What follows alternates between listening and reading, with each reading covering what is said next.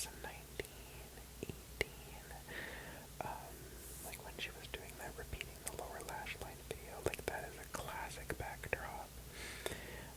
Rage ASMR. I remember the first ever Rage ASMR video I watched was, I don't know, like, I think her house was undergoing like a renovation or something along those lines, because she was in like a bathroom doing like a shoe collection video, I think. But then really quickly, like her backdrop, I think that was only temporary, but like the backdrop bit where she does like the colored light in the background, that's a classic backdrop. So I think that if I had one of those, and I'm positioning myself among giants here, I'm not, I am not, that sort of big or important, in any way, but I think if I had a classic backdrop, it would be this, or my desk.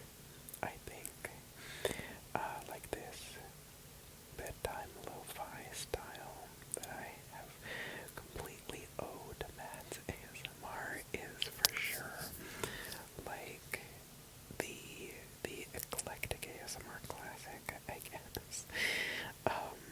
And then of course, usually it was with wet hair and a headband on, because I had to let my hair dry somehow and keep it out of my face, because God forbid I have bad hair while filming.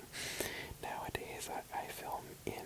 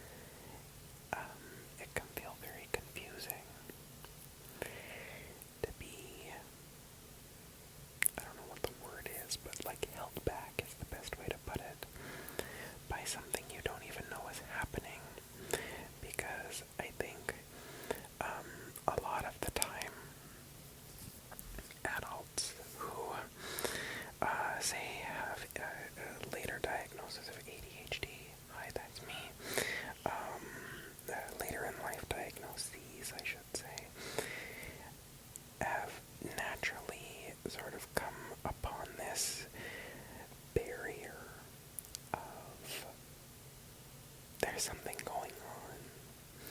And then that question leads to what is going on. And for me, that moment was my, I would say, complete and total freeze, paralysis in terms of finding a job. Around September and October of last year, I just couldn't bring myself to do it. I was worried. I was avoidant of it. And then in my social life, I was very distant. More distant than I've been from people in a very long time. And finally, it led me to sort of reopen the question of, is this medical? And it was, of course. I got the diagnosis for ADHD. I had enough money for 2 months of medication, and that set me on the right track. But if you feel this invisible force that stops you, and you don't know how to put a face or a name to those feelings, I understand. It's very hard. I understand. I understand. I understand. It can be very isolating, especially in a case where for so long I had been able to just continue living a very typical life because I believe that it was just a very lucky confluence of being very good at masking and enjoying certain things that I had gotten by in school. I have an obsession with learning, which I have later now figured out is a sort of hyperfixation kind of thing.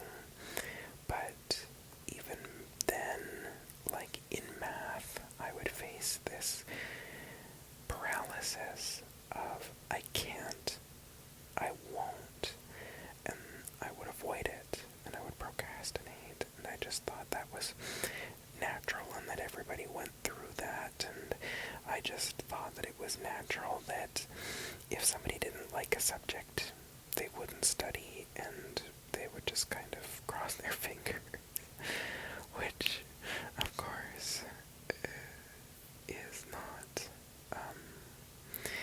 not the way that most typical people deal. But I got by, and in university, I would get through all of my classes. Like I said, I loved learning, and university was almost a better environment for that because I got to choose to learn about what I really, really liked. But as soon as it came to large decisions, choosing classes, applying for graduation, what have you, I would freeze. And I just want you to know that if you are going, like if this sounds at all familiar to you, you're not alone. You're not alone. You're not alone. You're not alone. These patterns could be unique to you.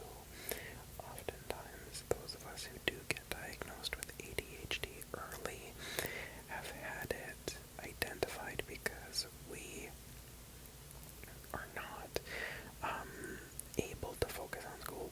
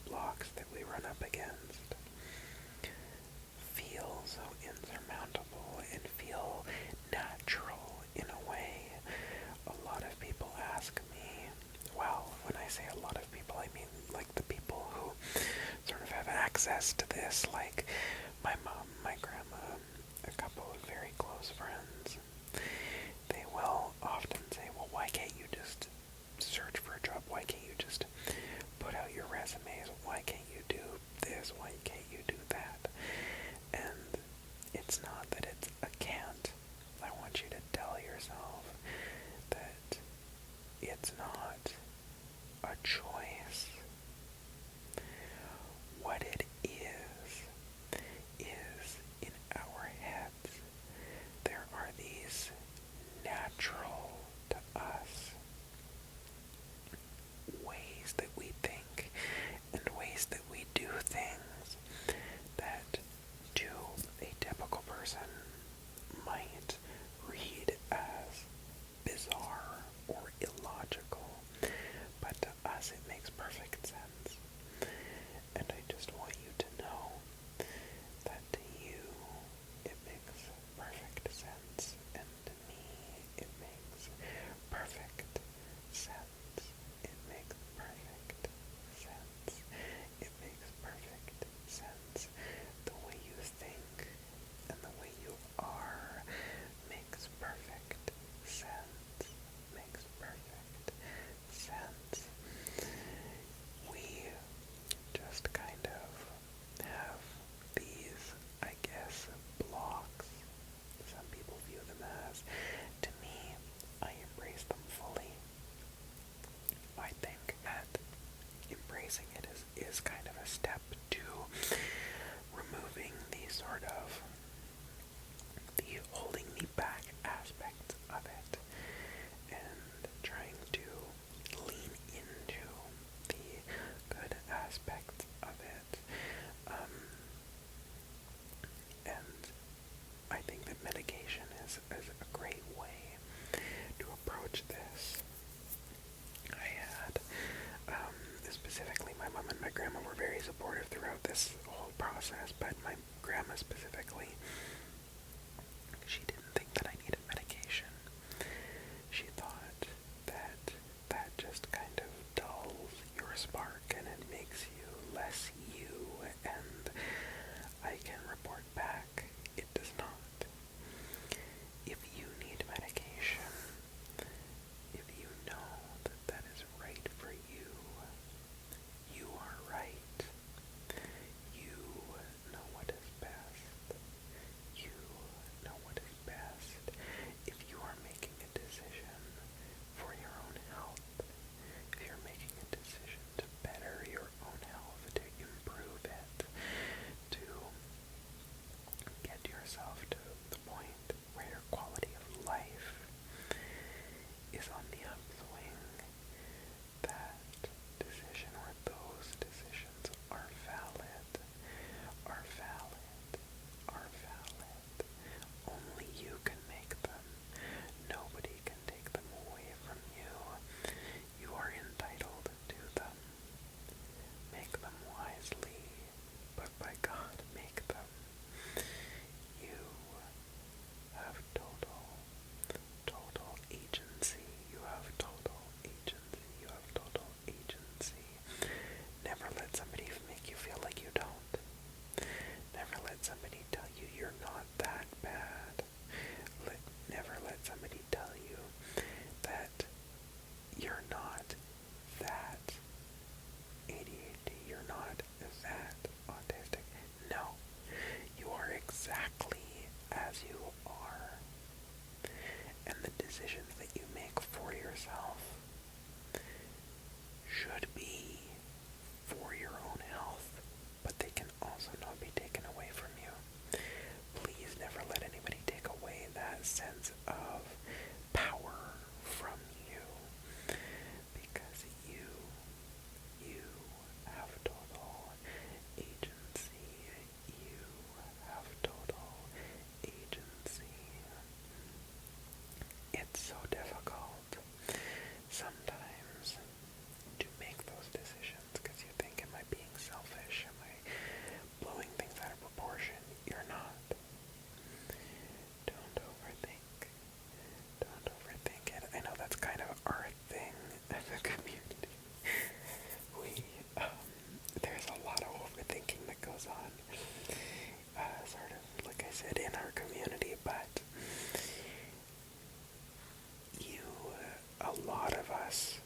find innately know what is right for us.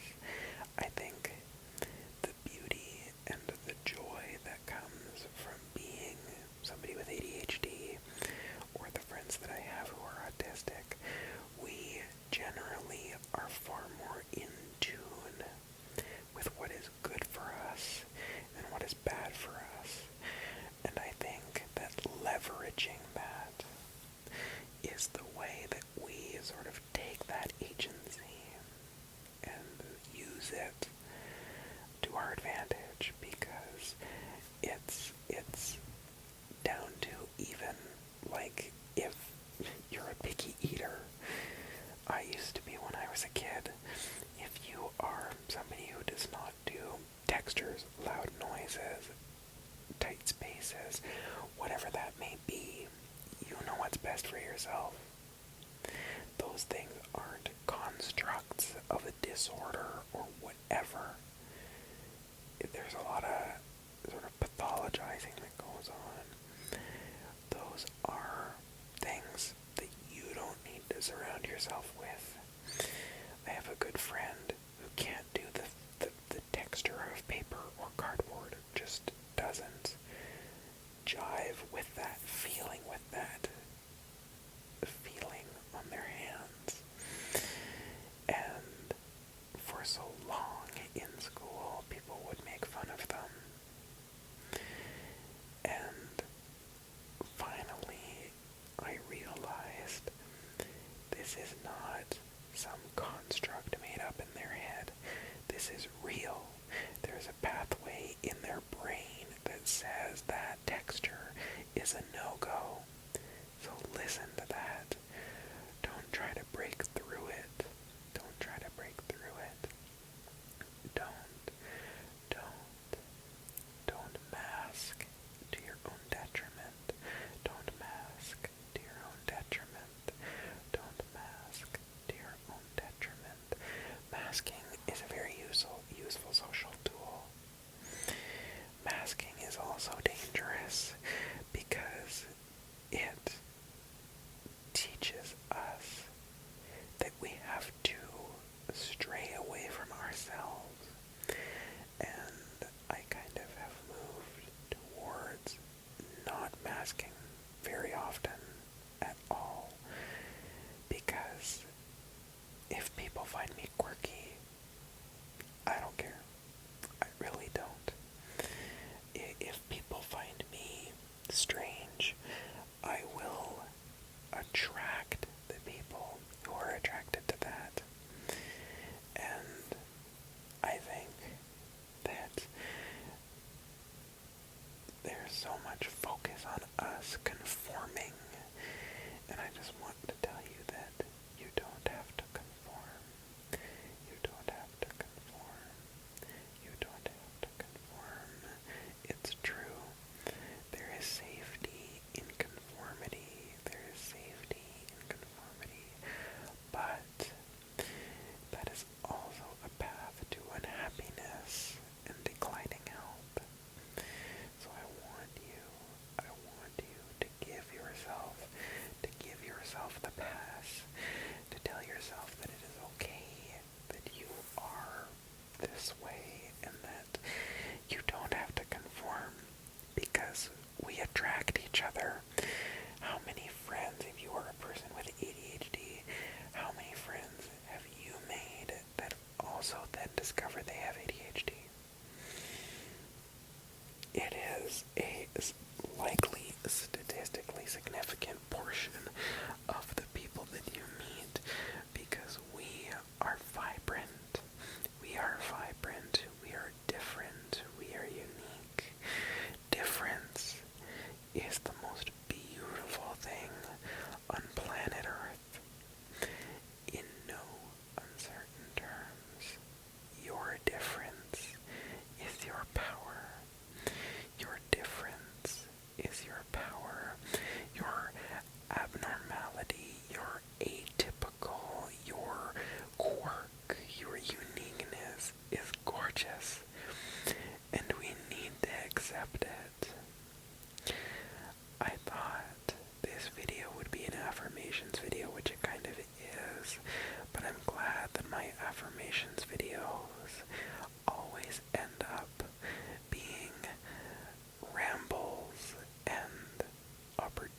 is for me to tell you that you are perfectly perfect the way that you are.